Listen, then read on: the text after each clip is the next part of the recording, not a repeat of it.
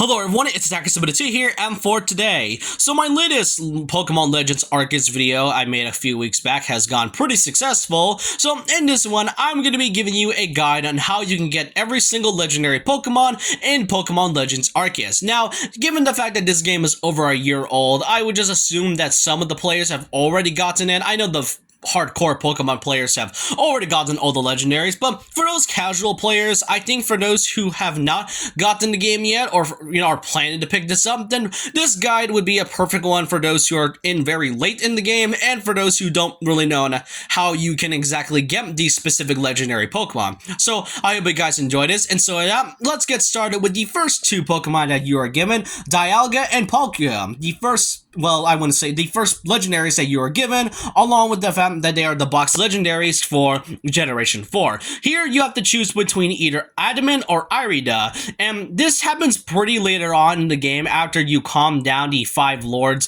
in each area, and you have to choose either Adamant of the Diamond Clan or Irida of the Pearl Clan. Now, really, it is kind of hard to choose who it is. Now, for those who are thinking that this could lead to some big consequence, like how Pokemon games tend to choose either which version of the game, even though it's just the same thing with different aesthetics and Pokemon. But in this one, I will let you know this right away. Depending on who you choose, it does not matter either way. You'll be able to get all these, both Dialga and Palkia, either way. The only thing that changes from each decision is that it's just like a few dialogue changes, a few cutscenes, and that's pretty much about it. Otherwise, you're still able to get both Palkia and Dialga either way. So, first of all, is that once you get to Mount Coronet and head over to the Spear Pillar, you'll have to catch either Dialga or Palkia, whoever you choose. I personally went with Irida because, one, I like Palkia's design even way more than Dialga. I'm sorry for those Dialga fans. And second of all, it's also from the fact that Irida had a pretty interesting character arc throughout the entirety of Arceus, so that's why I chose her. So after you manage to catch either Palkia or Dialga, you'll be able to see the second legendary that comes in, and you'll have to retreat for a while, but once you get the Origin Ball, which is part of the main story quest, you'll head back to where you fought Dialga or Palkia, and after a huge super boss fight where you have to throw bombs at it, there you'll be able to catch it with the Origin Ball, pretty much complete in the first two Pokemons that you got that are legendaries. Keep in mind that, and as a bonus, I'll also be telling you how you can get the Origin forms for both Dialga and Palkia. Simply after you beat the game, head over to the specific areas where you'll have to find Adamant and Irida, where they have these two items, being the Lustrous Globe for Palkia and the Adamant Crystal for Dialga. Afterwards, you'll be able to get the origin forms for these two Pokemon. So those are the first two legendary Pokemon that you'll be given, but throughout the post-game, this is where you'll be able to get a lot of legendaries thanks to your new pal, Volo. The first ones that you'll be getting is the Lake Guardians, Mesprit, Uxie, and Azel. Simply head over to the same areas when you went, trying to find the red ring and whatever, and pretty much just just fight it, make sure it doesn't hit you with its second abilities, and there you'll be able to catch the three Lake Guardians. Next up is Heatran. Heatran is found pretty easily in the Cobalt Coastlands. Head over to the Molten Arena where you fought the Hisuian Arcanine as a boss fight. Head inside the mountain, and this is where you'll be able to find Heatran. Keep in mind that this is actually the first time the game has kind of introduced this mechanic that most Pokemon have shields. So all you have to do is throw mud balls at it in order to break its fire shield, and once you do, you'll either have to catch it by knocking it out for a brief moment, or just fight it and then manage to catch it as well. That's all you simply have to do. Next up is Cresselia. Head over to the Corydon Highlands and head over to the arena where you fought the Hisuian Electrode. Once you get there, Cresselia, it will be waiting for you. The problem is that when you get close to the Pokemon, Cresselia can give you a bit of a psychic effects from the fact that your control has been inverted. So head over and just try and invert the other way around, and once you do, try and knock Cresselia out, and there you'll be able to either catch it by just knocking it out or just simply fighting Cresselia on its own.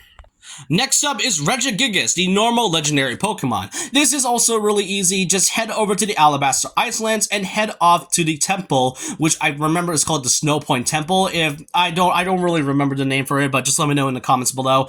And once you're there, head down to the stairs to where it gives you to the very bottom of the temple, and this is where you'll be able to find Regigigas. Keep in mind that this Pokemon may seem weak at first, given the fact that it doesn't do anything, but it does have a hidden ability that makes it really powerful, so keep that in mind once you are able to fight Regigigas. Next up is Giratina. After a grueling battle against Volo with its 8 Pokemon, yes, I said 8 Pokemon battle, given the fact that Giratina has 2 forms, its regular form and the origin form, it'll fly out to a cave in the Cobalt Coastlands. Head over to this specific area in the Spring Path where there's a cave where Giratina will be waiting for you. Keep in mind that since it's still in its origin form, it will be able to only, have a shadow. It has ghost. It is a ghost ice form. It is a ghost ice type Pokemon, so keep that in mind once you fight it. But Giratina, keep in mind that you only have to get it right after you beat the excruciating battle that is the Volo fight. Next up is the Forces of Nature, which includes Tornadus, Landorus, Thundurus, and the fourth new version of the Forces of Nature, Enamorus. After you've beaten Volo, Kogita will give you a quest on how you can get all 3 specific Forces of Nature. For Landorus, head over to the Ramses Island on Obsidian Fieldlands. I want to let you know that these 3 Pokemon are not easy to catch. They are really fast and agile. They can summon tornadoes near you, and if you get knocked out, then you'll pretty much have to go all the way back to where you fight it. And not just that, it is also covering itself with a lot of air and wind. It's a shield, is what I'm trying to say. Try and hit it and knock it out, and if you just want to catch it, just throw any type of ball in it, whether it's a heavy ball, a jet ball, or any type, or you can just simply fight it. For Thundurus, you have to head over to the Cobalt Coastlands and have to fight it in a thunderstorm. This is one of the most difficult ones to get because, let's be fair, you're riding a Basculegion, and the fact that you can't dodge the tornadoes that it launches at you makes it a little bit more difficult than it usually is. And for Tornadus, you'll have to head over to the Alabaster Icelands while it's in a blizzard and head over to the area where you found a lot of Galees and, Abomasnows and a 1 Alpha Galee, and that's where you'll be able to find Tornadus. Afterwards, you actually have to fill up their Pokédex by simply completing a completed Pokédex entry requested by Kogita, meaning that you have to go put it all to level 10, and once you head back to Kogita, she'll give you, well, she wouldn't really give you, but she will show you Enamorus, a 4th version of the Forces of Nature. Enamorus will head over to the Crimson Mirrorlands, and once there, just do the same method as usual, just avoid its tornadoes. Keep in mind that there is a lot of mud in the Crimson Mirrorlands, so it might slow you down a bit, catching you off guard, but overall, that's how you get the Forces of Nature. Now we have to talk about the mythical Pokemon. One of the earliest mythical Pokemon that you'll be getting is Phione and Manaphy. Now, the interesting part about this is that you'll get it pretty early on after you beat in the Cobalt Coastlands area, where it will be given to you by Professor Laventon. You see, there is a riddle when unlocking this. If you have Pokemon Brilliant Diamond or Shining Pearl, or at least looked up a video of it, you may have noticed that this game has some interesting connections to Legends Arceus. Here, it says that there's 3 Pokemon that you're going to need in your party, and it goes through a whole sort of gate, which is in the Cobalt Coastlands, that being a Mantike, Weasel, and a Quillfish with huge spikes, that being Overquill, the evolution for Hisuian Quillfish. Once you catch or at least get 3 of those specific Pokemon, head over to this area, the Sands Reach, if you set up a camp there, and there's these 2 pillars that are up there, and I want to let you know that you also need to make it evening, meaning you just have the sleep spam and making sure it's going to be evening, ride through it with the Weasel, Mantike, and Overquill in your party, and there it'll unlock a cave where you'll be able to find Manaphy and Phione. It's pretty easy, and it's one of the earliest quests that you'll get right after you've beaten the Cobalt Coastlands.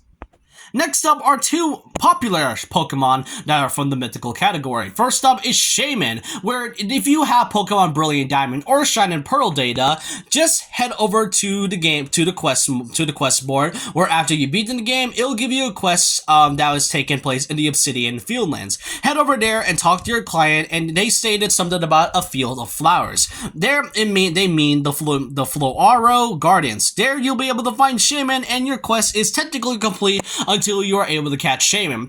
I want to let you know that Shaman is pretty easy to catch, given the fact that it doesn't do anything at all, so you'll have no struggles with it. Then we get to one of my favorite mythical Pokemons in the game, being Darkrai. If you have Pokemon Sword or Shield data, there you'll also be given a quest that is also in the quest board after you beat in the game. There, head over to there, the client will appear in front of you, and they stated that at night there is a Pokemon that is somewhere in the Coronet Highlands. Head over to this between the Clamber Cliff, Claw Cliffs, and the Lonely Spring, just this area right there, and Darkrai will appear. This will only happen at night, so it will not appear during the evening or morning. And here, this is where we get to the last mythical Pokemon and the titular one of this game, Arceus itself. Now, getting an Arceus is really easy, but really tedious as well. You have to get every single Pokemon in the Pokédex of the Hisuian region. That includes a lot of the Pokemon from the Obsidian Fieldlands, the Crimson Mirrorlands, the Cobalt Coastlands, the Coronet Highlands, and the Alabaster Icelands.